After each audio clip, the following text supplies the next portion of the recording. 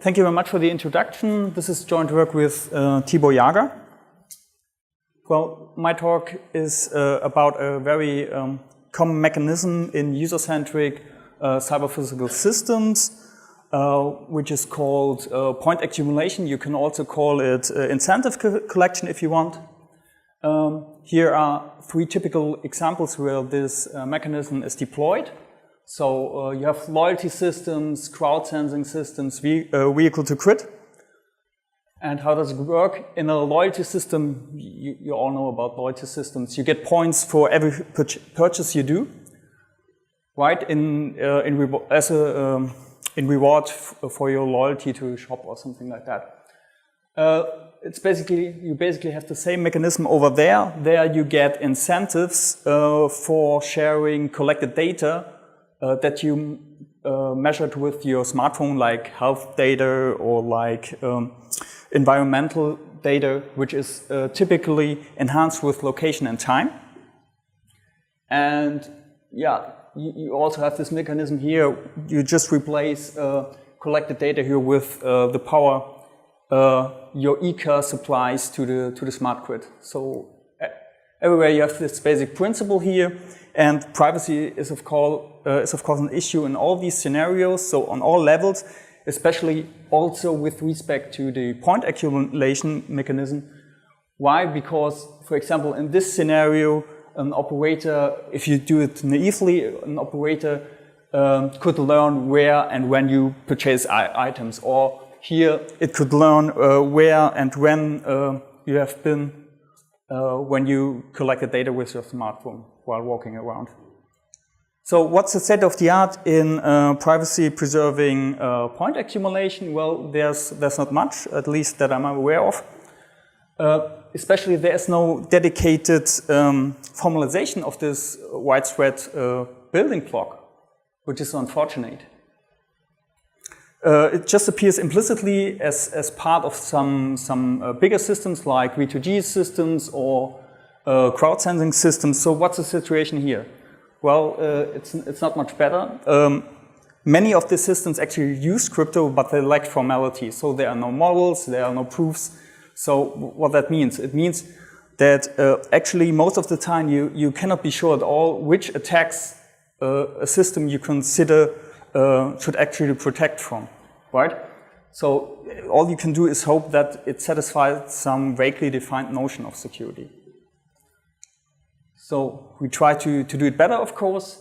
So we formalized the minimal functionality of such a mechanism.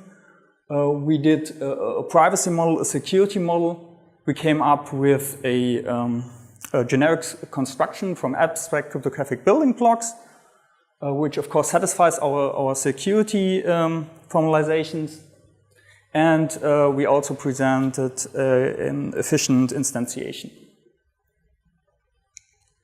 So probably some more about our framework. So to keep it simple, we try to formalize a token-based online non-interactive system. What does it mean? So token-based means there is some cryptographic object which roughly represents kind of a piggy bank with which users can accumulate points. Then you have a bunch of non-interactive algorithms which can create, modify or verify these tokens. And finally, online means that so in the actual system later on, you have to assume that there is some central database which contains the already redeemed tokens for double spending purposes. So what are the parties of our system? We have some trusted third party, which is actually needed only once to set up some system parameters honestly. Then we have users which like to collect points. We have issuers who issue these tokens, these piggy banks. Then we have an accumulator, and she adds points to our token, and we have a verifier which verifies and redeems the points. So some more details about our system. So as I said, the trusted third party set up some common system parameters, so the common reference string. Then we have the issuer who generates a public and secret key, where the secret key is shared between the issuer and also the accumulator. How does the system work? Well, to issue a token, the issuer wants some algorithm issue with his secret key and a serial number for the token. The user checks the token. To accumulate, the user first blinds this token, where this operation yields, besides the blinded token, an unblinding trapdoor. The accumulator now operates on this blinded token using its secret key and the value vi it wants to add. When the user receives the updated token, it unblinds the token using the unblinding trapdoor, updates its balance. And to redeem a token, again, the user has to prepare a new token, a verification token, which in our case is again some blinded kind of token. Then it sends over the verification token, also the claimed serial number and balance, and the verifier checks everything. So how do we define privacy in our setting? Well, first of all, what do we like to achieve? So roughly speaking, we like to have unlinkability of user transactions with respect to a colluding issuer, accumulator, and verifier, where we still assume that these guys send valid tokens. Otherwise, it would be probably hard to achieve such a security notion. How do we define that? We use the real-world, ideal-world paradigm. So that means we demand that there is an ideal world which is indistinguishable for the adversary from the real world. And in this ideal world, there is no information leaked which helps the adversary to link transactions, except for the total amount on the token when the user redeems the token, but this is done intentionally. So what does it mean more practically? It means that all accumulation transactions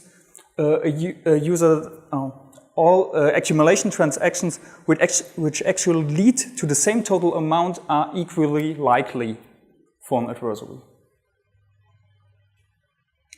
Probably some more details on that.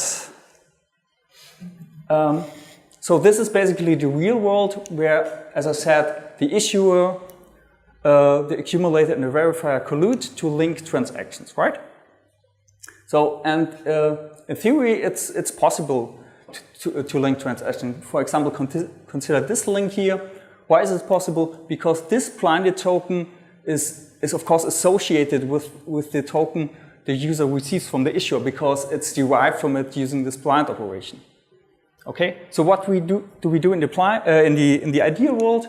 Well, we demand that there is some simulation setup algorithm which generates, besides a common reference string, also a simulation trapdoor, such that the CRS looks like a real CRS, and the simulation trapdoor can be used instead of a real token by SymBlind and SymPrepare to generate a blinded token and a verification token, right? So now, of course, there is no link at all between this guy here and this guy here, because we just deleted the token. Okay, this is a security game. It's also pretty simple. The adversary can ask for new tokens repeatedly. It can also ask the accumulator to add points to his tokens repeatedly, where this is allegedly a blinded token, but it can also be something completely different. In the end, it should come up with some verification tokens, some claimed serial numbers and balances, and it wins if the tokens verify and if the adversary successfully claims more than what was actually issued. Okay, some more words about our construction. Well, we used some standard cryptographic building blocks like commitments, signature schemes, and non-interactive zero-knowledge proof of knowledge. So I can't formally define these building blocks here, but just a few words. So with a commitment scheme, you can commit to a value such that this value is hidden, but you can also not later change the value when you open the commitment. Then we need that these commitments are re-randomizable. We also need that these commitments are additively homomorphic. This means if you have commitments to two values, then you can somehow combine these two commitments, like for example multiplying them, and the result will be a commitment to the sum of these of the contained values.